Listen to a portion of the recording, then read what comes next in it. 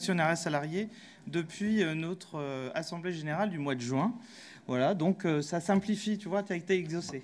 Et d'ailleurs, on te remercie, ainsi que Dominique Dorcher et Thibaut Mirabel, de nous donner l'opportunité de présenter cette 13e édition du benchmark de l'actionnariat salarié qui est réalisé avec nos partenaires. Il faut que j'appuie d'ailleurs, je pense, voilà. Donc Alixio, en la personne de Rodolphe Delacroix qui est ici, ainsi que Clifford Chance avec Arne Lemercier et Ekaterina Zabuzova qui travaillent avec nous sur cette enquête. Alors, juste avant de rentrer dans le vif du sujet, je voulais vous dire donc qu'on est absolument heureux à la face d'être engagé à vos côtés dans l'aventure de Capital Collectif, qui va nous servir aussi à raffiner un peu ces données et ces informations, et aussi les propositions qui constituent les avancées futures dans le développement de l'actionnariat salarié et de l'épargne longue pour les salariés et pour aussi le financement de l'entreprise, puisqu'on en a quand même pas mal parlé. Le sujet de la captation des données est aussi clé, puisque nous, dans une fédération, c'est aussi un des moteurs pour pouvoir travailler à des propositions très concrètes. Alors, je vous invite aussi tout de suite, puisque je fais un peu d'autopromotion, vous avez compris, au Grand Prix de l'actionnariat salarié qui a lieu le 18 décembre. Et pourquoi je vous dis ça? C'est parce que nous avons aussi, on décerne chaque année le prix de la recherche académique à des travaux de recherche qui vont dans ce sens. Et voilà, donc c'est vraiment pour pouvoir faire avancer cette cause. Notre fédération, elle est constituée d'associations d'actionnaires salariés et d'entreprises qui sont engagées dans l'actionnariat salarié et qui alimentent tous nos travaux, notamment ce qui nous permet ensuite de travailler avec les pouvoirs publics. Nous éditons le guide de l'épargne salariale et de l'actionnariat salarié, et nos événements, dont je vous parlais du Grand Prix, mais aussi du benchmark, nous permettent de montrer aussi toute la diversité, dont on a eu d'ailleurs des témoignages aujourd'hui, d'entreprises qui sont engagées sur le sujet. Et puis enfin, je voudrais vous parler quand même de l'indice Euronext face IAS, puisque quand on veut regarder un peu les résultats concrets pour la performance des entreprises, nous avons lancé cette année notre indice Euronext face IAS, qui vise à montrer que l'actionnariat salarié apporte une valeur aux entreprises. Et nous espérons très vite la réplication de cet indice dans des fonds indiciels qui nous permettraient aussi d'en faire profiter les personnes qui seront sur cette collecte. Alors, pour mesurer la progression un peu officielle de cet actionnariat salarié, on peut regarder les chiffres qui sont publiés dans les rapports annuels, notamment à la fin de chaque année. Et là, on est dans un nouveau record sur le taux de détention du capital par les actionnaires salariés. Et je vous rappelle qu'en 2020, on était un petit peu vigilant quand même, puisque avec cette crise dont on sortait, on se demandait comment ça allait avoir un comportement sur l'actionnariat salarié. Eh bien, on a plutôt des bonnes nouvelles, parce que non seulement ça a été continu, mais aussi ça a été des périodes presque de record. Et on se situe sur le CAC 40 à 3,9% de taux de détention du capital par les entreprises, qui est en progression de 0,3 points. Et si on regarde sur le SBF 120, le reste, on est sur 1,8%, ce qui est une légère progression de 0,1 point. Toute proportion gardée, c'est quand même pas si mal. Et évidemment, malgré des champions, je vais citer Eiffage, qui est le premier sur la partie SBF 120 hors CAC 40, qui nous montre la voie. On voit bien que c'est moitié moins, même si ça reste notable. Et on a vu aussi que les facteurs sectoriels tendent plus ou moins à disparaître, puisque c'était quand même très très marqué sur certaines entreprises qui faisaient de l'actionnariat salarié. Même si ça subsiste dans les taux, on voit qu'il y a des entreprises qui maintenant se lancent dans de l'actionnariat salarié, des entreprises notamment du luxe dont nous n'avions pas nécessairement l'habitude de les voir faire de l'actionnariat salarié.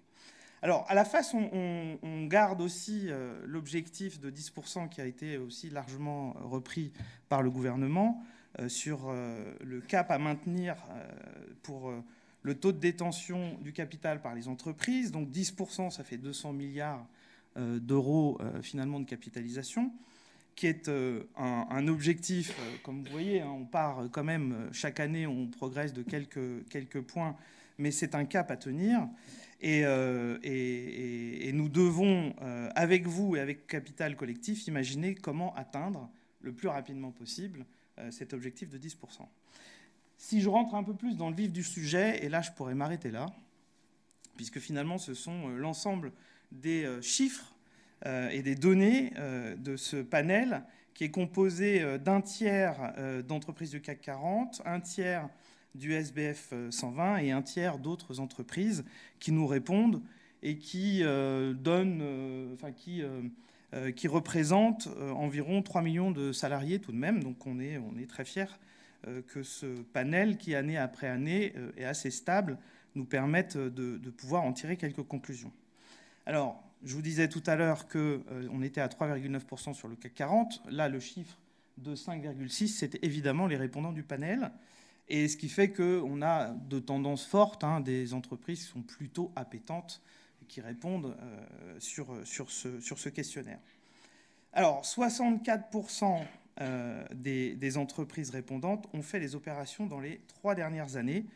Et surtout, ce qui nous a fait très plaisir cette année, c'est qu'il y avait 57% des entreprises qui disaient faire des opérations l'année 2024, puisqu'on répond aussi sur l'année précédente.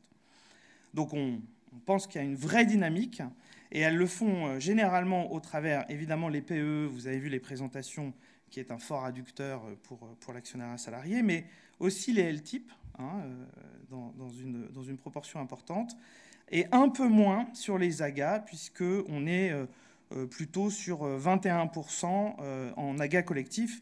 Et quand on parle d'engagement, on pense que les AGA sont plutôt pris par les salariés comme des compléments de salaire plutôt qu'un engagement fort dans l'actionnariat salarié de leur entreprise. Si on s'intéresse aux salariés en soi, les salariés augmentent en actionnariat, enfin les individus, 6 entreprises sur 10 ont des... Enfin, en tout cas, quand le taux augmente d'actionnariat salarié, les clés de succès sont la régularité et l'abondement, et ça, c'est les principaux facteurs qui font le succès.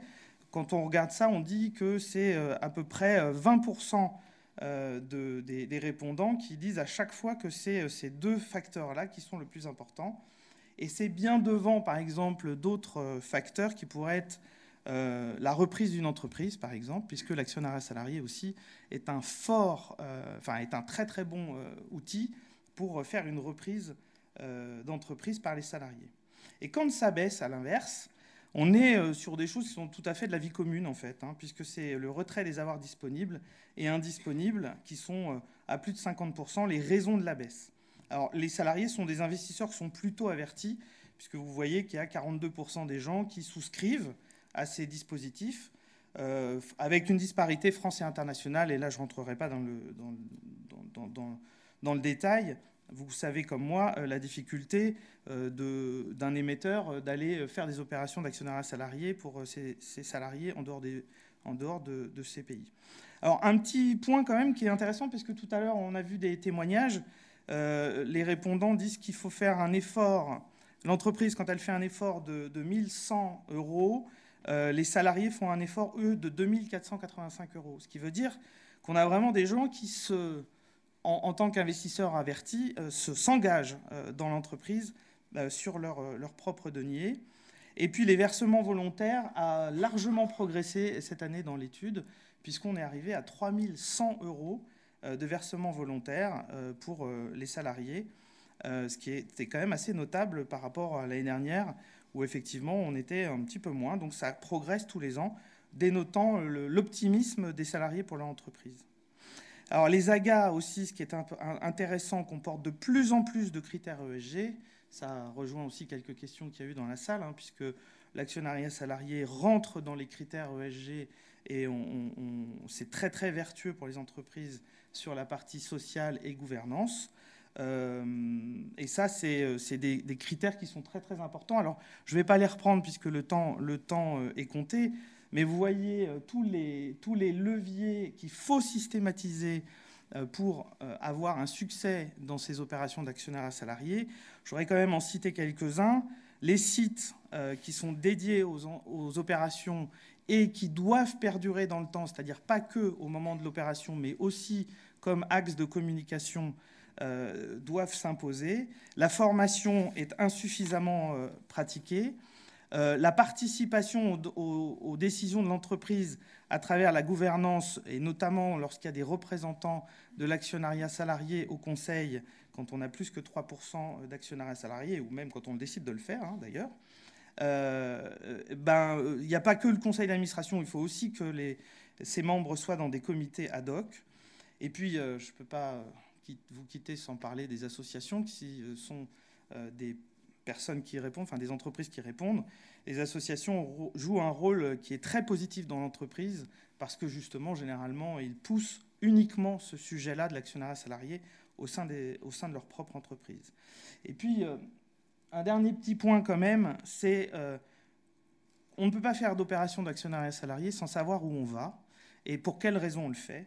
Et dans ces cas-là, l'important, c'est aussi de chiffrer formellement, dans les plans stratégiques, le cap que l'on veut pour l'actionnariat salarié et que, bien sûr, les dirigeants s'engagent. On a vu à chaque fois que c'était un succès quand ils s'engageaient eux-mêmes.